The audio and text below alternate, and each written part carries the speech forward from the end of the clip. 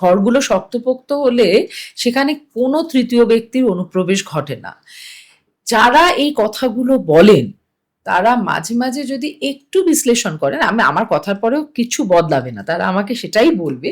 কিন্তু যেহেতু তুমি প্রশ্নটা করলে, আমার খালি মনে হয় কি যে শোভনের যে ঘরটা ছিল সেটা আদৌ ছিল কিনা সেটা যদি প্রশ্ন করে, তাহলে দেখবে যে ঘরটা কারোকে ভাঙতে হয়নি, ঘরটা এমনিই ভেঙে গেছিল। হ্যাঁ, এই মিসকনসেপশনটা আমাকে পীড়া দেয়, কারণ আমি শোভনের জীবনে অনেক পরে এসেছি ওর ঘর ভাঙার। সেইটা লোকে কিছুতেই মেনে নেয় না, কারণ মানতে চায় না। একটা মহিলাকে আফটার খুব ভালো লাগে, মহিলাদেরকে নিয়ে চর্চা করতে ভালো লাগে, তার উপর আবার মহিলা যদি নিজে এত কিছুর পরেও যদি সাজগোজ করে বেরোয়, সে যদি আবার কথাবার্তা বলতে পারে, তার স্বাধীন জীবনযাপন করতে পারে।